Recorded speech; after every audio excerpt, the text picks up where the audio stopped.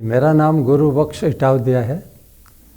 मध्य प्रदेश के शाजापुर नामक ज़िले से एक छोटा गांव है खमलाय करके, वहां का निवासी हूं। पहली बार सन 1986 में परम पूज्य गुरुदेव से दीक्षा ली शांति कुंज में आकर, और उस समय मैं अपने पिताजी के साथ आया था। उसके ठीक 2-3 महीने बाद सितंबर माह में पहली बार जब यहाँ 1986 में हम आए तो 9 दिवसीय 1 मासीय युग शिल्पी सत्र के साथ 9 दिवसीय साधना भी करनी पड़ती थी। 9 दिन में 24,000 गायत्री महामंत्र का जप अनिवार्य था। जप करने के लिए शाम को संकल्प लिया गया, और संकल्प में हमें आदरणीय दुबे जी ने और वो मिश्रा कौन बाबूजी थे, उनका नाम नहीं आ रहा मेरे को, उन्होंने संकल्प दिलवाए। और उन दुबे जी ने कहा था कि भाई संकल्प हो जिसका कोई विकल्प नहीं है। यदि आप मंत्र जाप तो करेंगे, लेकिन साथ में 9 दिन माँ के गर्भ जैसे आश्रम में ही रहना है, और आश्रम के बाहर कुछ भी नहीं खाना है। हमने बड़े हर्ष के साथ स्वीकार किया, कलावा बंधवाया, मंगल तिलक करवाया, और सुबह 15 माला पूरी होने के बाद हमने सोचा चलो गंगा स्नान करके आते हैं। गंगा स्नान के लिए 1 नंबर गेट से बाहर निकल गए, और जैसे हम जा रहे थे कि रास्ते में आम के पेड़ के पास एक बूढ़ी अम्मा जी बैठी थी। वो मेरे से कह रही, बेटा अमरूद खा ले। मैंने कहा नहीं अम्मा जी, हमें अमरूद नहीं खाना। अरे खा ले, सुबह से काम आ जाएगा। मैंने जैसे ही पूछा अम्मा जी किस भाव से दे रहे हो, तो उन्होंने कहा 4 रुपया सेर। हमने कहा अम्मा जी नहीं, 4 रुपये हमारे पास नहीं है, खुट्टे छूटे। उन्होंने कहा तू कितने देगा? मैंने विनोद में कहा 1 रुपया है मेरे पास, ले लीजिए, और 1 सेर अमरूद दे दिए। पहले उनका अरे जा, बड़ा आया पैसे वाला। फिर मैं चल दिया तो उन्होंने कहा अच्छा ले जा। जैसे ही मैं पलट के आया, उन्होंने अपने एक पत्थर के बाट से जो शेर था उनका, उससे मेरे को अमरूद तोल कर दे दिए। मैंने उन्हें कुर्ते में ले लिया, और हम गंगा स्नान के लिए 16 नंबर घाट पर चले गए। वहाँ हमने कुछ भाइयों को भी अमरूद तोड़ के दिया, पत्थर से तोड़ा, उनको भी दिया, हमने खाया, और प्रेम पूर्वक स्नान करके वापस आ गए। लेकिन शाम को जैसे आए हमें खांसी चलने लगी। खांसी का इलाज 3-4 दिन तक चला अपने हॉस्पिटल में, खांसी बंद नहीं हो रही थी। चौथे दिन जब हम गए तो उन्होंने डॉक्टर साहब ने पूछा खांसी में कुछ फ़र्क पड़ा? मैंने कहा बाबूजी नहीं। तब उन्होंने कहा कि भाई मेरे पास जितना इलाज था 4 दिन से मैंने लगातार कर दिया, अब क्या कर सकता हूँ मैं, और ले लो दवाई। तो एक बाबूजी बैठे थे बुजुर्ग, उन्होंने कहा बेटा बड़े डॉक्टर के पास चले जाओ। मैंने कहा बाबूजी मैं किसी बड़े डॉक्टर को नहीं जानता। तो उन्होंने कहा गुरुदेव को नहीं जानते? मैं गुरुदेव के पास? तो कहा हाँ, मैंने चला जाता हूँ। मैं गुरुदेव के पास जैसे ही चला, वहाँ से प्रणाम की लाइन लगी हुई थी, मैं भी लाइन में चला गया। लेकिन जैसे ही मैं दरवाजे के पास पहुँचा, गुरुदेव ने मेरी तरफ नज़र उठा के देखा तो मेरे को ऐसा लग रहा था जैसे आँच आ रही हो, और गुरुदेव ने मुझसे कहा निकल बाहर, निकल, बाद में आना सबके।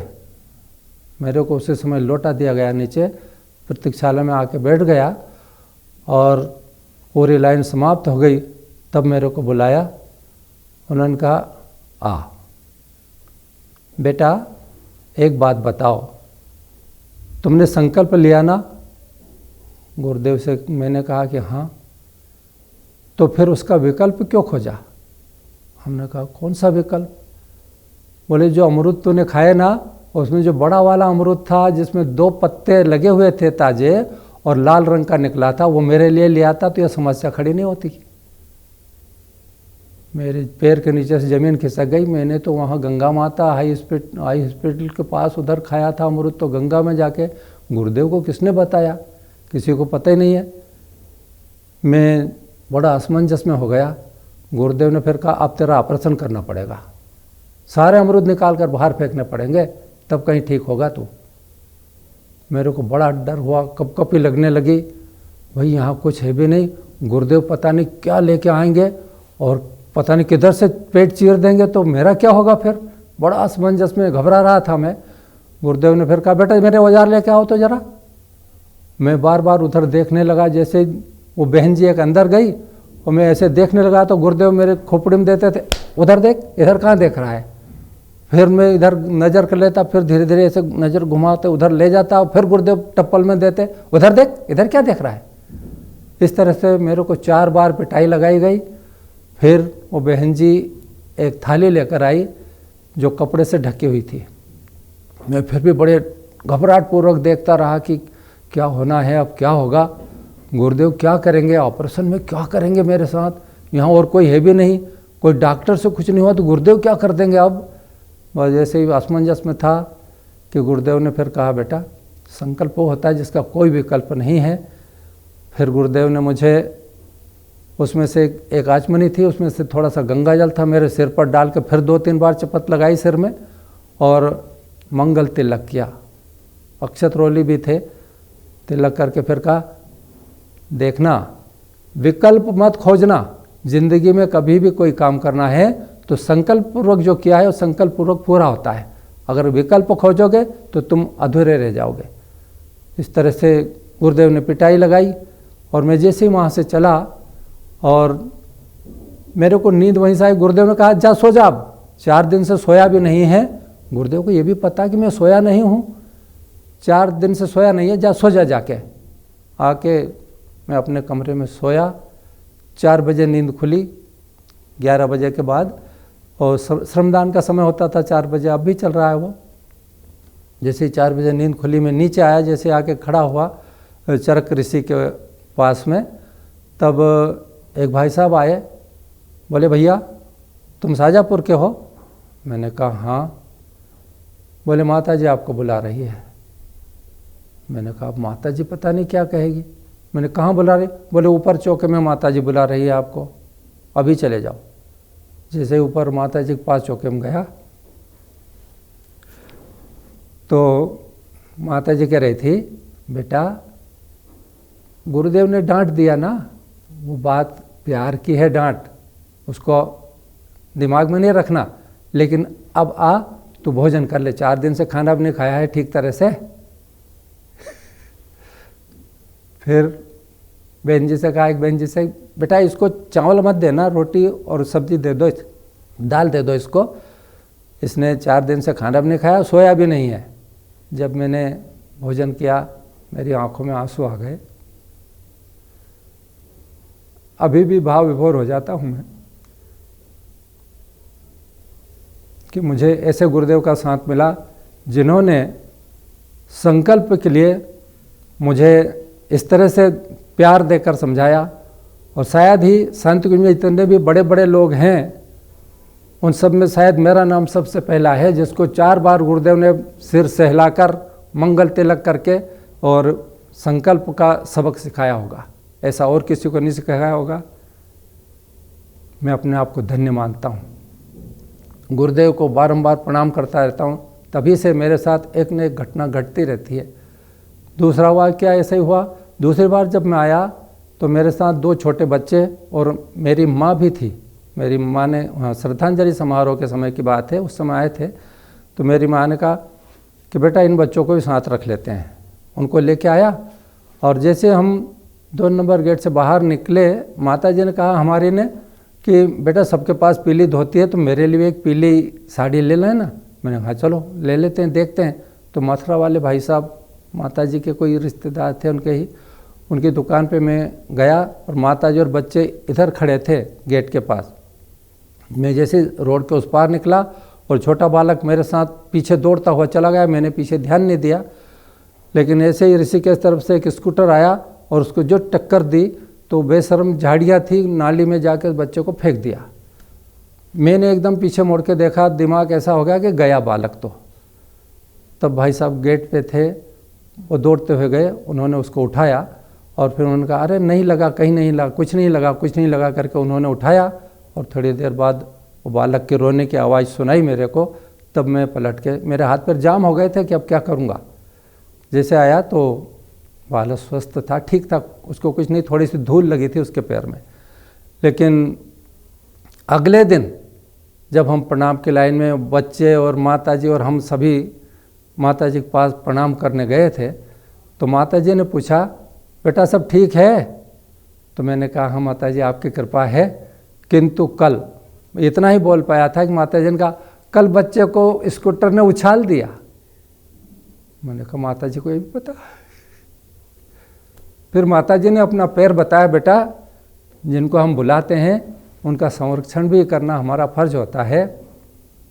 इसी जगह लगा ना स्कूटर से बच्चे को, जिस जगह बच्चे को धूल लगी थी, माताजी का पैर भी उस जगह पूरा लाल हो रहा था।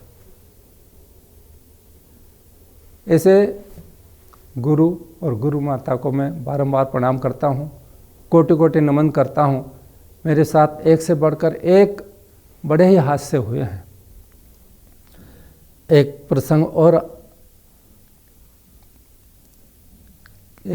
कह रहा हूँ। मेरा एक्सीडेंट में ये दाहिना पैर एक्सीडेंट हुआ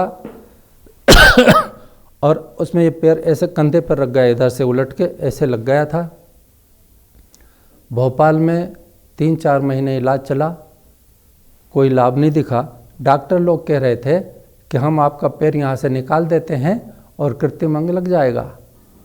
मैंने कहा, नहीं भाई साहब, कृत्रिम अंग नहीं लगाना, इसे ये चाहे हिलता रहेगा।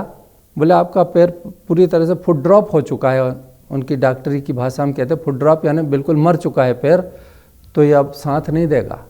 मैंने कहा, नहीं मैं इसी पैर से चलूँगा, चाहे कुछ भी हो जाए, मैं कटवाऊँगा नहीं। मैंने मना कर दिया।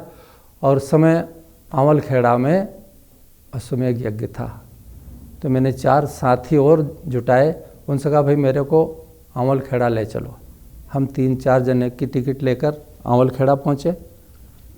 आंवलखेड़ा जैसे हम गए, उसके पहले यहाँ हमने कुटी साधना करी थी, दोनों पति पत्नी ने। वो प्रमाण पत्र मेरे पास था, वो लेकर हम गए थे। और वो इसी शर्त पर था कि जो कुटी साधना करेंगे उनको वहाँ देव पूजन में प्रवेश दिया जाएगा। उस उद्देश्य से यहाँ साधना भी करी थी और उसको लेकर हम वहाँ पहुँचे। तो उन्होंने कहा, चलिए आपको जो 12 नंबर वर्ग था ऐसा शायद, उसमें आप बैठ जाइए। 2 भाइयों ने मुझे उठाकर, क्योंकि पैर मेरा ऐसा था कि उससे चल नहीं सकता था, एक रस्सी के सहारे चलाता था, उन्होंने तोक कर ब्रिज के ऊपर से ले गए और वहाँ ले जाकर एक कुंड पे बैठा दिया। और सुबह 4 बजे से ब्रह्म मुहूर्त में देव पूजन शुरू हुआ था, लेकिन हम 2 बजे जाके बैठ गए, क्योंकि मजबूरी थी चलने की, कैसे चलेंगे, धीरे धीरे चलेंगे तो पहुंच जाएंगे। वहाँ जाके बैठे। 5 बजे के लगभग एक बाबूजी आए, बुजुर्ग, जिनके हाथ पैर कांप रहे थे। उन्होंने कहा, बेटा यज्ञ में बैठे और पैर पसार के? तो मैंने कहा, बाबूजी ये मेरा पैर एक्सीडेंट में टूट गया है, तो ये मुड़ता नहीं है, माने बेंड नहीं होता, सीधा ही रहता है। उन्होंने कांपते हाथ से यहाँ हाथ लगाया और कहा, बोले यहाँ दर्द होता है? मैंने कहा, हाँ बाबूजी यहीं से टूटा है। बोले ये तो शाम तक ठीक हो जाएगा। वो बाबूजी कह रहे हैं ये शाम तक ठीक हो जाएगा। मैंने जल्दी से 3-4 बार चरण स्पर्श किए उनके। बाबूजी फिर तो आप भगवान है, यदि शाम तक ठीक हो जाए तो मैं 6 महीने से इसे घसीट रहा हूँ, यदि शाम तक ठीक हो जाए तो फिर आपसे बड़ा भगवान कौन हो सकता है।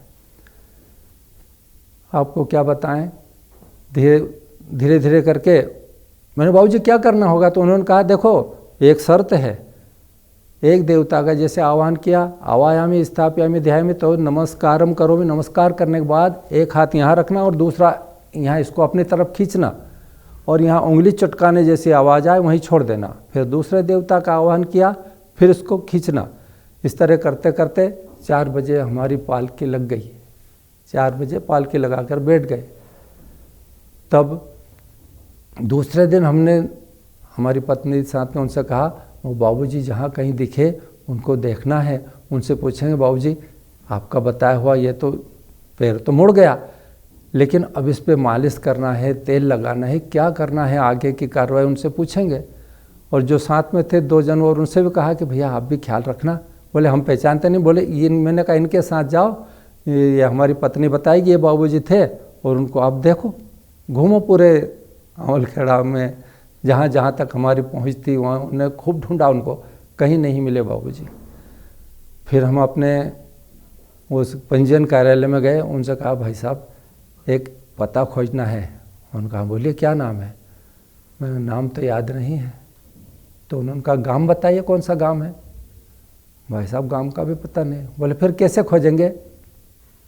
मैंने कहा उनकी उम्र थी 70 साल से ऊपर थी, उनके हाथ पैर ऐसे कांप रहे थे, बुजुर्ग थे और उनके पास वो स्वयं सेवक का बैच लगा था। बोले बुजुर्ग और स्वयं सेवक का बैच कहाँ से होगा यार भाई साहब, आप भी कैसी बातें करते हो? भाई साहब बैच तो ऐसे ही लगा था। तो उन्होंने उम्र के कॉलम में देखना शुरू किया, भाई 60 65 तक का भी कोई नहीं है, 30 35 40, 30 35 40 45 तक आयु के हैं स्वयं सेवक। तो यहाँ देखिए ये है, इसमें कोई नहीं है। भाई साहब एक बार और देखिए। उन्होंने फिर देखा, फिर तीसरे बार, भाई साहब ज़रा गौर से देखो। तो उन्होंने कहा ये सब क्यों कर रहे हो? तब मैंने कहा मेरे साथ ऐसा हुआ है। तो भाई साहब उठे, उन्होंने मेरे पैर पड़े, चरण स्पर्श किया। अरे भाई साहब क्या कर रहे? बोले बस आप परेशान मत हो, गुरुदेव आ गए थे, आपका काम कर दिया, और आप खोजने की तलाश मत, कहीं उसमें मत पड़ो चक्कर में, आप ठीक हो जाओगे। अब ठीक हो ही गए, और अब जो है परेशान मत हो। गुरुदेव आए थे, उनका काम कर गए, आप उनका काम करते रहे। इस तरह से दूसरी बार पैर धीरे धीरे करके आज मैं उसी पैर से चल रहा हूँ, आपके सामने है ये। ऐसे कोई दिक्कत नहीं है उसमें, लेकिन यदि उस समय कट जाता तो आज पता नहीं क्या होता। तो ऐसे गुरुदेव मेरे को पावन बना गए, एक तरह से मेरे को दुनिया में सार्थक जीना सिखा गए कि अब दुनिया में यदि जिएं, ऐसे गुरु सभी को मिले, और ऐसे सदगुरु गुरुदेव के विचार यदि हम जन जन तक फैलाने में असफल रहे तो फिर हमारी कोताही होगी। मैं आप सभी से निवेदन पूर्वक कहता हूँ कि सदगुरुदेव के चरणों में मेरा नमन तो है ही, आप सभी ऐसे सदगुरु पर कोटिशः विश्वास करें, और मेरा प्रणाम आप सभी स्वीकार करें। हमारे YouTube चैनल शांति कुंज वीडियो गायत्री परिवार को सब्सक्राइब करें एवं बेल आइकन जरूर दबाएं ताकि गायत्री परिवार की विभिन्न गतिविधियों की जानकारी आपको मिलती रहे।